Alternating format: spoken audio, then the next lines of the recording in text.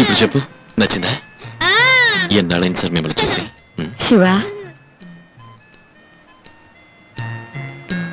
నువ్వు అమ్మ దగ్గరికి వెళ్ళు. బాబు, నువ్వైనా నాతో ఒక్క మాట చెప్పుండొచ్చు కానాయన.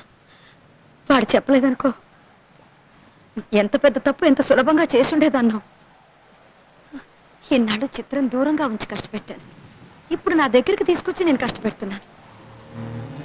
నీ వంటి మనసుతోడు చిత్రం కావాలని ఆలోచించుకుంటా. నాకో తోడు కావాలని స్వార్థంతో ఆలోచించని. ఇద్దరు చూపులకి వయసులో చిన్నవాళ్ళైనా ఎంత వివేకవంతంగా, ఎంత సంస్కారవంతంగా ఆలోచించారు. నేను పాత పద్ధతులకే కట్టుబడి ఉన్నాననుకుందో ఏమో, చిత్ర ఈ విషయం అసలు నాతో చెప్పనే లేదు. ఆ కాలం లాంటిదాన్ని, ఇప్పుడు అలాంటిదాన్ని కాదు. నేను చిత్రకి ఎంతో ద్రోహం చేశాను, కానీ నన్ను ఎంత ప్రేమగా చూసుకుంటుందో తెలుసా? తను చాలా మంచి పిల్ల. మీరిద్దరూ ఒకటి కావాలి. నా కోసం పిల్లవాడిని చూడండి, వాడి కోసం మీరిద్దరు ఒకటి కావాలి. అవుతారా?